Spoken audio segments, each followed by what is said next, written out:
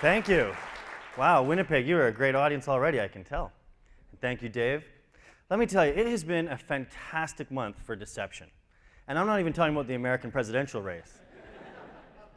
We have a high-profile journalist caught for plagiarism, a young superstar writer whose book involves so many made-up quotes that they've pulled it from the shelves, a New York Times expose on fake book reviews. It's been fantastic.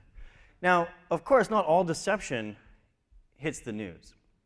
Much of the deception is every day. In fact, a lot of research shows that we all lie once or twice a day, as Dave suggested. So it's about 6:30 now, suggests that most of us should have lied. Let's take a look at Winnipeg. How many of you in the last 24 hours, think back, have told a little fib, or a big one? How many have told a little lie out there? All right, good. These are all the liars. Make sure you pay attention to them. No, that looked good. It was about 2/3 of you. The other third didn't lie, or perhaps forgot, or you're lying to me about your lying, which is very, very devious. This fits with a lot of the research, which suggests that lying is very pervasive. It's this pervasiveness combined with the centrality to what it means to be a human, the fact that we can tell the truth or make something up, that has fascinated people throughout history. Here we have Diogenes with his lantern. Does anybody know what he was looking for? A single honest man, and he died without finding one back in Greece. And we have Confucius in the East, who was really concerned with sincerity.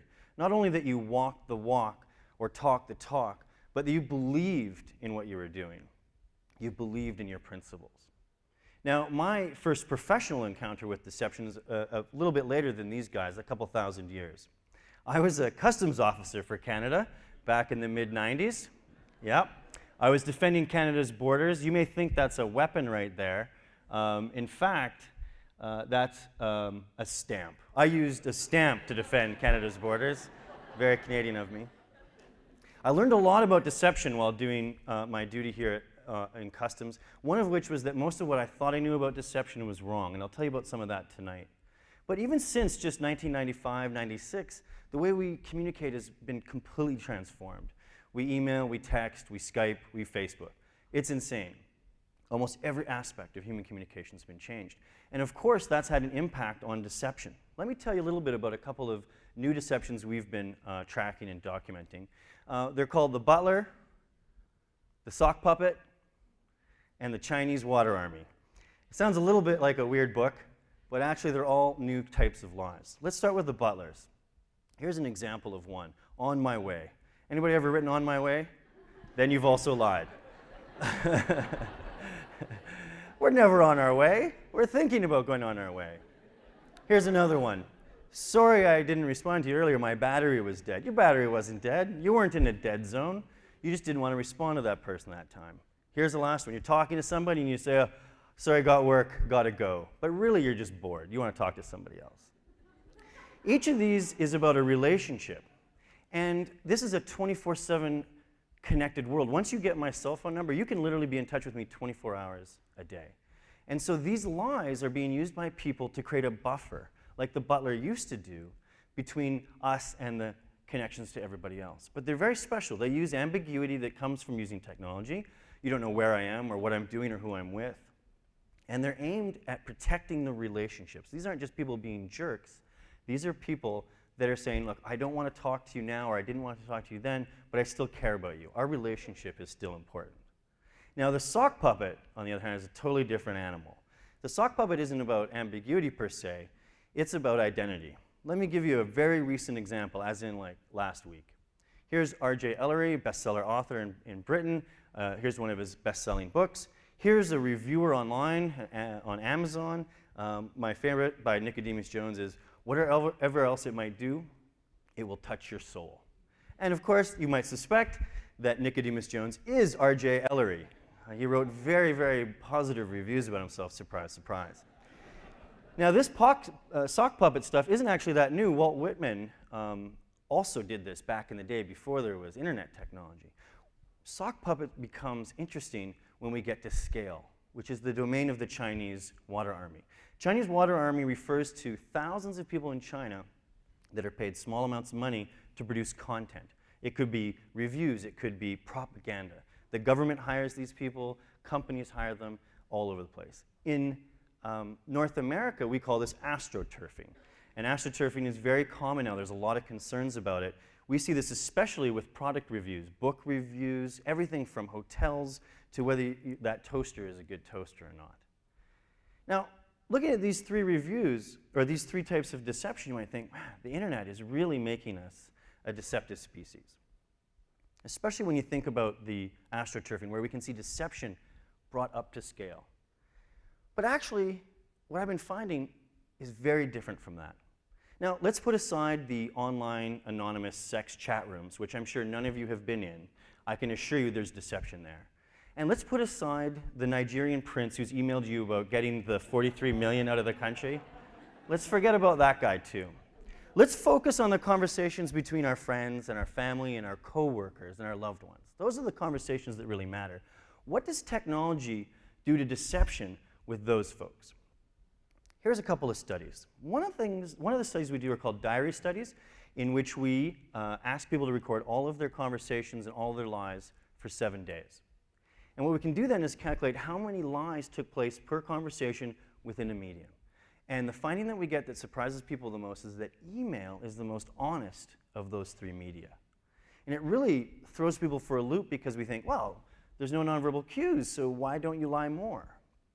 The phone, in contrast, the most lies. Again and again and again, we see the phone is the device that people lie on the most. And perhaps because of the Butler lie ambiguities I was telling you about. This tends to be very different from what people expect. What about resumes? We did a study in which we had people apply for a job, and they could apply for a job either with a traditional paper resume or on LinkedIn, which is a social networking site like Facebook, but for professionals. It involves the same information as a resume. And what we found, to many people's surprise, was that those LinkedIn resumes were more honest on the things that mattered to employers, like your responsibilities or your skills at your previous job. How about Facebook itself? You know, we always think that, hey, there are these idealized versions. People are just showing the best things that happen in their lives. I've thought that many times. My friends, no way they can be that cool and have that good of a life.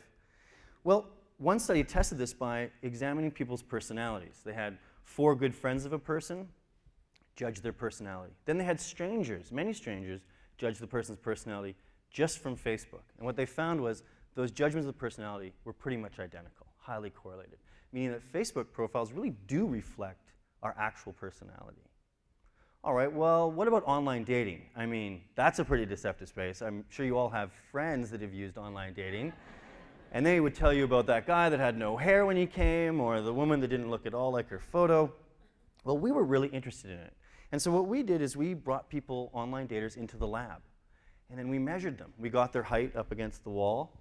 We put them on a scale, got their weight. Ladies love that. And then we actually got their driver's license to get their age. And what we found was very, very interesting. Here's an example of the men and the height. Along the bottom is how tall they said they were in their profile. Along the y-axis, the up vertical axis, is how tall they actually were. That diagonal line is the truth line. If there are dots on it, they were telling exactly the truth. And as you see, most of the little dots are below the line. What it means is all the guys were lying about their height. In fact, they lied about their height about 9/10 of an inch. What we say in the lab as strong rounding up. You get to 5/8 and 1/10 and boom, 5'9".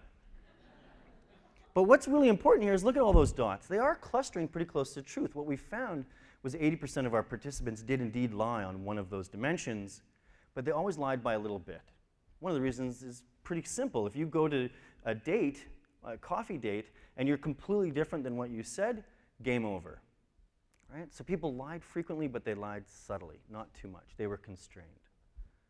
Well, what explains all these things? What explains the fact that despite our intuitions, mine included, a lot of online communication, technologically mediated communication, is more honest than face-to-face? That really is strange. How do we explain this? Well, to do that, one thing is we can look at the deception detection literature. It's a very old literature by now. It's coming up on 50 years. It's been reviewed many times. There's been thousands of trials, hundreds of studies.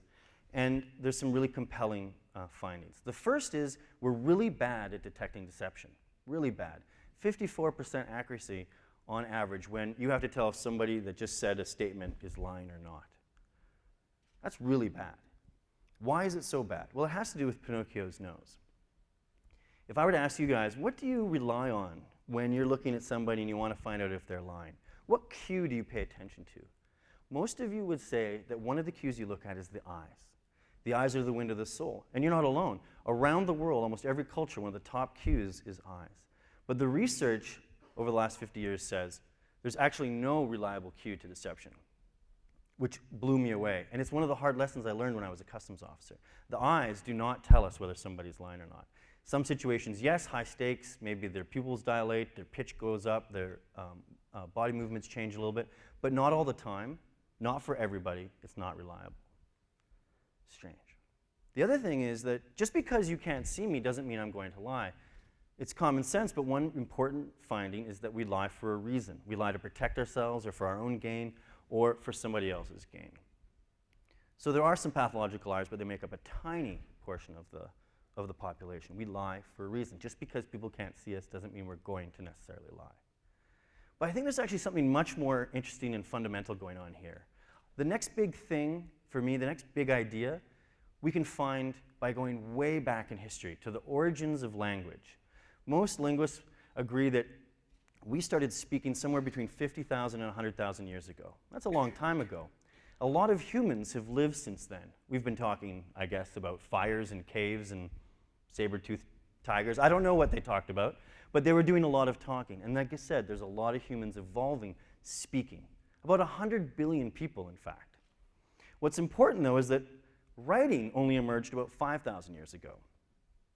So what that means is that all the people before there was any writing, every word that they ever said, every utterance disappeared. No trace. Evanescent, gone. So we've been evolving to talk in a way in which there is no record. In fact, even the next big change to writing was only 500 years ago now with the printing press, which is very recent in our past, and literacy rates remained incredibly low right up until World War II. So even the people of the last two millennia, most of the words they ever said disappeared. Let's turn to now, the networked age. How many of you have recorded something today? Anybody do any writing today? Did anybody write a word? It looks like almost every single person here recorded something. In this room right now, we've probably recorded more than almost all of human pre-ancient history. That is crazy. We're entering this amazing period of flux in human evolution where we've evolved to speak in a way in which our words disappear, but we're in an environment where we're recording everything. In fact, I think in the very near future, it's not just what we write that will be recorded, everything we do will be recorded. What does that mean?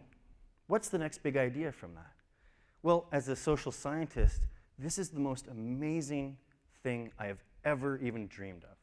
Now, I can look at all of those words that used to, for millennia, disappear. I can look at lies that before were said and then gone. You remember those astroturfing reviews that we were talking about before? Well, when they write a fake review, they have to post it somewhere, and it's left behind for us. So one thing that we did, I'll give you an example of looking at the language, is we paid people to write some fake reviews. One of these reviews is fake. The person never was at the James Hotel. The other review is real. The person stayed there. Now, your task now is to decide which review is fake. I'll give you a moment to read through them, but I want everybody to raise their hand at some point. Remember, I study deception. I can tell if you don't raise your hand. All right. How many of you believe that A is the fake? All right. Very good. About half. And how many of you think that B is? All right. Slightly more for B. Excellent. Here's the answer. B is the fake. Well done, second group. You dominated the first group. You're actually a little bit unusual. Every time we demonstrate this, it's usually about a 50-50 split, which fits with the research, 54%. Maybe people here in Winnipeg are more suspicious and better at figuring it out. It's cold, hard winters. I love it. All right, so why do I care about this? Well, what I can do now with my colleagues in computer science is we can create computer algorithms that can analyze the linguistic traces of deception. Let me highlight a couple of things here in the fake review. The first is that liars tend to think about narrative. They make up a story, who and what happened. And that's what happened here. Our fake reviewers talked about who they were with and what they were doing. They also used the first person singular, I, way more than the people that actually stayed there. They were inserting themselves into the hotel review, kind of trying to convince you were there. In contrast, the people that wrote the reviews that were actually there, their bodies actually entered the physical space, they talked a lot more about spatial information. They said how big the bathroom was, or they said, you know, here's how far shopping is from the hotel. Now, you guys did pretty well. Most people perform at chance at this task. Our computer algorithm is very accurate, much more accurate than humans can be. And it's not going to be accurate all the time. This isn't a deception detection machine to tell if your girlfriend's lying to you on text messaging. We believe that every lie now, every type of lie, fake hotel reviews, fake shoe reviews, your girlfriend cheating on you with text messaging, those are all different lies. They're going to have different patterns of language. But because everything's recorded now, we can look at all of those kinds of lies. Now, as I said, as a social scientist, this is wonderful. It's transformational. We're going to be able to learn so much more about human thought and expression, about everything from love to attitudes, because everything is being recorded now. But what does it mean for the average citizen? What does it mean for us in our lives? Well, let's forget deception for a bit. One of the big ideas, I believe, is that we're leaving these huge traces behind. My inbox and outbox for email is massive, and I never look at it. I write all the time, but I never look at my record, at my trace. And I think we're going to see a lot more of that, where we can reflect on who we are by looking at what we wrote, what we said, what we did. Now, if we bring it back to deception, there's a couple of takeaway things here. First, lying online can be very dangerous, right? Not only are you leaving a record for yourself on your machine, but you're leaving a record on the person that you were lying to. And you're also leaving them around for me to analyze with some computer algorithms. So by all means, go ahead and do that. That's good. But when it comes to lying and what we want to do with our lives, I think we can go back to Diogenes and Confucius. And they were less concerned about whether to lie or not to lie, and more concerned about being true to the self. And I think this is really important. Now, when you are about to say or do something, we can think, do I want this to be part of my legacy, part of my personal record? Because in the digital age we live in now, in the networked age, we are all leaving a record. Thank you so much for your time, and good luck with your record.